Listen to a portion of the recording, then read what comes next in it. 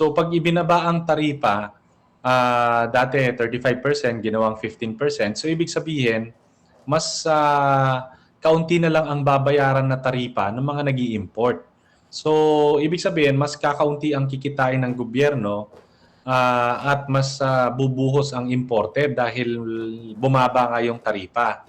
At kadalasan na dahilan kaya ibinababa nila ang taripa para mas dumami ang supply, para daw hindi tayo magkulang ng supply at mapababa yung presyo ng bilihin dito. So ito ngayon may bago, itong taripa ng manok, ng baboy at ng mais. So may balita nga na gustong ibaba ulit ang taripa para daw bumaba ang presyo ng mais, presyo ng manok at presyo ng baboy.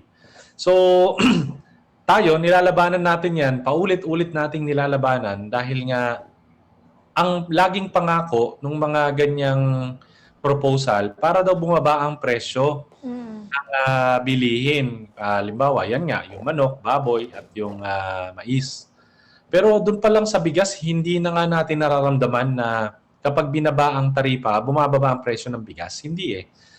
Yung pagbaba dati ng presyo ng taripa ng manok, baboy at ng mais, hindi rin naman nagresulta sa pagbaba ng mga presyo niyan. Yes. Tumaas ng I think 200 million kilos eh ang manok. So tumataas ang nai-import natin na manok pero hindi bumababa yung presyo ng manok. So parami yung nai-import. So ibig sabihin mas nalulugi yung mga nagmamanok sa atin tapos hindi naman bumababa yung presyo ng manok. So sino ang nakikinabang? So siyempre hindi tayong mga mamimili. Siyempre hindi rin yung mga magsasaka at mga maghahayop na halimbawa yung mga may manukan, ang nakikinabang lang mga importers.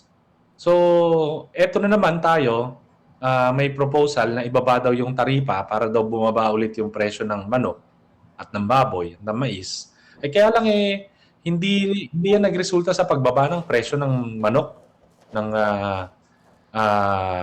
pork, ng mais, ng bigas. So, laging ang kumikita mga importer. Ang resulta naman yan, syempre, mas bubuhos sa atin ng imported na sagot daw sa food inflation. Tama yan. Kaya lang, imbis na ang sagot natin sa food inflation ay imported, bakit hindi na lang natin kasi pondohan yung mga magsasaka? Yes. At yung mga maghahayop na parang sila yung bigyan natin ng pondo, sila yung mag-produce ng mas maraming produkto para ma-address yung food inflation. Hindi yung laging umaasa tayo sa imported. Kasi ilang beses na tayong umasa sa imported, kaya lang ang nangyayari, hindi bumababa naman yung presyo ng bilihin. Ito pa yan lagi nila ring ipinamumukha sa atin na dahil sa food inflation, kailangan natin ng mas maraming imported na produkto. Kaya lang, hindi naman bumababa yung mga presyo ng bilihin na ini-import natin. So, ito ba talaga yung solusyon natin sa food inflation? Ang atin naman production, nasira lang yan because of ASF. Pero ngayon, lumalaban naman So, ibig sabihin, medyo dumadami ngayon ang bilang ng baboy dito sa Pilipinas. Pero bakit hindi bumababa yung presyo?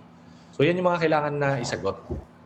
Masagutin nila. Bakit ganyan? Bakit yung mga magbababoy din natin ngayon nagkakalugi-lugi din dahil nga mas bumubuhos ang imported na baboy. Kaya lang hindi bumababa yung presyo ng baboy. At ang bumababa lang yung farm gate price ng baboy. Mas nalulugi sila ngayon. Imbis na mag-invest tayo sa simento. Kasi kung alam naman natin yung recent na scandal na nangyari, ilang trilyon na yung nagagastos natin sa simento. Kung ibinigay pala natin to sa mga magsasaka, baka nag-e-export na tayo ngayon ng baboy at ng manok at ng bigas at ng mais. So nagkakamali lang tayo ng pinaglalagyan ng pera ng gobyerno parang bakit ba sa semento natin yan kadalasan ginagastos? Dahil ba dyan malaki yung SOP?